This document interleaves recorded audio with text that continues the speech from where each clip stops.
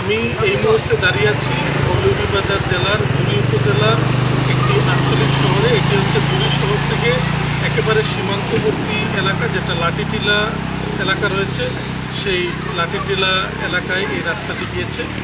এই রাস্তায় অসংখ্য জায়গায় এইভাবে পানি থাকার কারণে মানুষের আসলে দুর্ভোগের আসলে শেষ নেই বললেই চলে। আপনারা জানেন যে দ্বিতীয় দফার বন্যায় এই জুড়ি উপজেলার অনেক গ্রাম কিন্তু প্লাবিত হয়েছে এবং অনেক মানুষ দুর্ভোগের শিকার হয়েছে। আমাদের সাথে একটু আগে কথা হয়েছে জুড়ি উপজেলা নির্বাহী অফিসার লুসিকান্ত হাজনের সাথে। তিনি আমাদেরকে যেমনটি জানিয়েছেন যে দ্বিতীয় দফার বন্যায় জুড়ি উপজেলার প্রায় 60,000-এর অধিক মানুষ ইতিমধ্যে পানিবন্দী হয়েছেন এবং প্রায় 70টির উপরে গ্রাম কিন্তু প্লাবিত হয়েছে।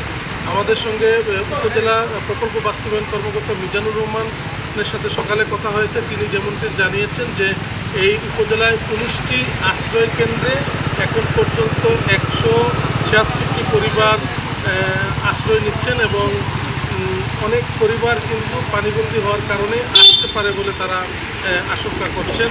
এবং সকালে কথা হয়েছে পানি উন্নয়ন বোর্ডের নির্বাহী প্রকৌশলী জাভেদ ইকবালের সাথে। জানিয়েছেন যে নদীর পানি এখনও বিপদসীমার 186 সেন্টিমিটার উপরে আসলে প্রবাহিত হচ্ছে, যার ফলে কিন্তু আসলে এই জুড়ি উপজেলার বন্যা দীর্ঘস্থায়ী হওয়ার একটি আশঙ্কায় রয়েছেন অনেকে। আপনাদেরকে আমরা জানিয়ে রাখছি যে জুড়ি উপজেলা একটি সীমান্তবর্তী এলাকা এবং হাওর বেষ্টিত এলাকা। এই এলাকার সাথে আগামী হাওরে জড়িয়ে রয়েছে। হাওরের মানুষের দুর্ভোগের আসলে শেষ নেই।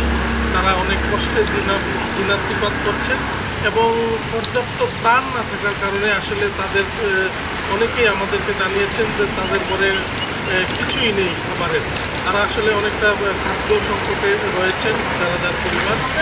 সেই দিক থেকে নতুন কোনো বরাদ্দ না আসায় এবং ত্রাণ সামগ্রী না আসায় আসলে ওইভাবে কিন্তু যারা প্লাবিত রয়েছেন তাদেরকে সরকারি পক্ষ থেকে আসলে ওইভাবে ত্রাণ সামগ্রী দেওয়ার সুযোগ নেই। তবে কিছু কিছু জায়গায় আমরা দেখেছি যে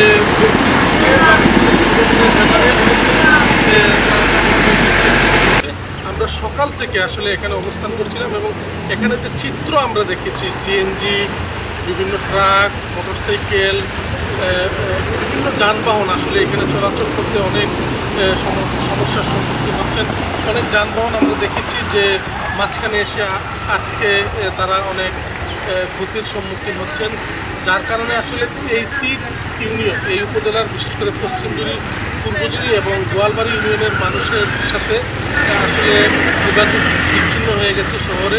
আমরা অনেক রোগীকে দেখেছি, তাদের স্বজনরা অনেক কষ্ট করে তাদেরকে জুড়ি শহরের বিভিন্ন হাসপাতালে নিয়ে আসছেন এবং অনেক শিক্ষার্থীকে আমরা দেখেছি, বিশেষ করে জুড়ি সরকারি কলেজ এবং জুড়ি মডেল উচ্চ বিদ্যালয় রয়েছে সহ আশপাশের বিভিন্ন শিক্ষা প্রতিষ্ঠানের যে শিক্ষার্থীরা, তারা তাদের শিক্ষা প্রতিষ্ঠানে যেতে আসলে এই পানি পার হয়ে যেতে হচ্ছে, যার কারণে শিক্ষার্থীরাও আসলে অনেক দুর্ভোগে রয়েছে।